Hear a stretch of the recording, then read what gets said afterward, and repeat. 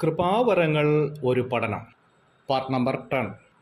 താൽക്കാലിക കൃപാവരങ്ങൾ അഥവാ temporary gift എന്ന പേരിൽ അറിയപ്പെടുന്ന 4 വരങ്ങളെക്കുറിച്ചായിരുന്നു നാം ചിന്തിച്ചുകൊണ്ടിരുന്നത്. ഇതിൽ വീര്യപ്രവൃത്തി ചെയ്യാനുള്ള വരം, രോഗശാന്തിക്കുള്ള വരം എന്നിവയെക്കുറിച്ച് ചിന്തിക്കാൻ ദൈവം നമ്മെ സഹായിച്ചു. ഇനിയുള്ളത് അന്യഭാഷകൾ സംസാരിക്കാനുള്ള വരവും അത് വ്യാഖ്യാനിക്കാനുള്ള വരവും ആണ് പഠന വിഷയമായി തീരേണ്ടത്. ഈ 2 കാര്യങ്ങളും ദൈവജനത്തിൻ്റെ മധ്യത്തിൽ വളരെയേറെ സംശയങ്ങളും ചോദ്യങ്ങളും ഉളവാക്കിയ കാര്യങ്ങളായതിനാൽ വളരെയേറെ പ്രാർത്ഥനയോടെ വേണം ഈ കാര്യങ്ങൾ പഠിക്കുവാനായിട്ട്. വേദപുസ്തകം പഠിക്കുമ്പോൾ ശ്രദ്ധിക്കേണ്ടതായ പ്രധാനപ്പെട്ട കാര്യങ്ങൾ ആമുഖമായി പറഞ്ഞുകൊണ്ട് ഈ വിഷയത്തിലേക്ക് പ്രവേശിക്കാൻ ആഗ്രഹിക്കുകയാണ്. ദൈവജനത്തിൻ്റെ മധ്യത്തിൽ ചോദ്യങ്ങളോ സംശയങ്ങളോ ഉള്ളതായിരിക്കുന്ന വേദഭാഗങ്ങൾ പഠിക്കുമ്പോൾ ഒരിക്കലും ഒരു വാക്യത്തിൻ്റെ അടിസ്ഥാനത്തിൽ ഒരു ഉപദേശം സ്ഥാപിക്കാനായിട്ട് പാടുള്ളതല്ല. ഉദാഹരണം, വേദപുസ്തകത്തിലെ ഒരു വാക്യം ഓർമ്മപ്പെടുത്താൻ ആഗ്രഹിക്കുന്നു. ദോഷം പ്രവർത്തിക്കുന്ന ഏവനും യഹോവയ്ക്ക് ഇഷ്ടമുള്ളവനാകുന്നു, അങ്ങനെയുള്ളവരിൽ അവൻ പ്രസാദിക്കുന്നു, അല്ലെങ്കിൽ ന്യായവിധിയുടെ ദൈവം എവിടെ?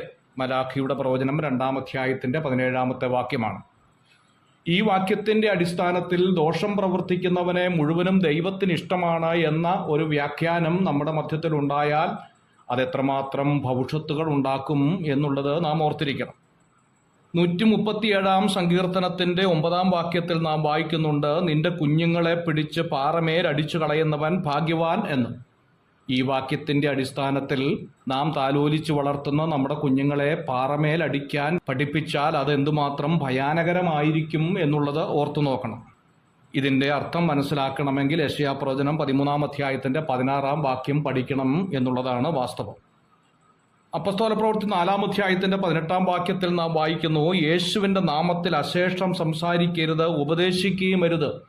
ഈ വാക്യം ഉപയോഗിച്ചുകൊണ്ട് ഇങ്ങനെയൊരു ഉപദേശം സ്ഥാപിക്കാൻ ശ്രമിച്ചാൽ എന്ത് അപകടകരമായിരിക്കും എന്നുള്ളത് നാം ഓർത്തിരിക്കണം. അതുകൊണ്ട് പ്രധാനപ്പെട്ടതായ തർക്ക വിഷയങ്ങളോ സംശയമുളവാക്കുന്നതോ ആയ വേദഭാഗങ്ങൾ നാം പഠിക്കുമ്പോൾ അതിൻ്റെ പശ്ചാത്തലം വ്യക്തമായി പഠിച്ച് ബൈബിൾ ഇതിനെക്കുറിച്ച് പൊതുവായി എന്താണ് ഉദ്ദേശിക്കുന്നത് എന്നതും ദൈവം എന്താണ് ഇതിനെക്കുറിച്ച് ആഗ്രഹിക്കുന്നത് എന്നും അപ്പോസ്തലന്മാർ എങ്ങനെയാണ് പഠിപ്പിച്ചിരിക്കുന്നത് എന്നും നമ്മുടെ പിതാക്കന്മാർ ഇതിനെ എങ്ങനെയാണ് മനസ്സിലാക്കിയിരിക്കുന്നത് എന്നുള്ള കാര്യങ്ങളും ചിന്തിച്ചു വേണം നാം ഈ വിഷയങ്ങൾ പഠിപ്പിക്കുവാനും പഠിക്കുവാനും. അന്യഭാഷാ ഭാഷണം എന്നുള്ളത് ദൈവജനത്തിൻ്റെ മധ്യത്തിൽ സംശയങ്ങൾക്ക് ഇടയാക്കിയിരിക്കുന്നു എന്ന് നാം ഓർക്കുകയുണ്ടായി. ആയതിനാൽ വേദപുസ്തകത്തിൽ, പ്രത്യേകാൽ പുതിയ നിയമത്തിൽ അന്യഭാഷയെക്കുറിച്ച് എവിടെയൊക്കെ പറഞ്ഞിരിക്കുന്നു എന്ന് ഓർപ്പിച്ച് ഇന്ന് ഈ ക്ലാസ് ഇവിടെ അവസാനിപ്പിക്കാൻ ആഗ്രഹിക്കുകയാണ്. പുതിയ നിയമത്തിൽ അന്യഭാഷയെക്കുറിച്ച് 7 അധ്യായങ്ങളിലാണ് വിവരിക്കുന്നത്. മർക്കോസിന്റെ സുവിശേഷം 16-ാം അധ്യായം, അപ്പസ്തോലപ്രവൃത്തി 2-ാം അധ്യായം, അപ്പസ്തോലപ്രവൃത്തി 10-ാം അധ്യായം, അപ്പസ്തോലപ്രവൃത്തി 19-ാം അധ്യായം, 1 കൊരിന്ത്യർ 12-ാം അധ്യായം, 1 കൊരിന്ത്യർ 13-ാം അധ്യായം, 1 കൊരിന്ത്യർ 14-ാം അധ്യായം. ഇങ്ങനെ പുതിയ നിയമത്തിൽ 7 അധ്യായങ്ങളിലാണ് അന്യഭാഷയെക്കുറിച്ച് വ്യക്തമായി വിവരിക്കുന്നത്. ഒരു കാര്യം ഓർത്തിരിക്കണം, അന്യഭാഷ എന്ന വാക്ക് ഇവിടെ മാത്രമല്ല, അന്യഭാഷയെക്കുറിച്ച് വ്യക്തമായി വിവരിക്കുന്ന ഭാഗങ്ങൾ എന്നാണ് എന്നുള്ള കാര്യം ഓർത്തിരിക്കണം. എന്താണ് അന്യഭാഷ എന്നുള്ളത് ആദ്യമായി നാം മനസ്സിലാക്കണം. സ്വന്തമല്ലാത്ത ഭാഷ എന്ന അർത്ഥമാണ് അന്യഭാഷ എന്നതുകൊണ്ട് തിരുവെഴുത്ത് അർത്ഥമാക്കുന്നത്.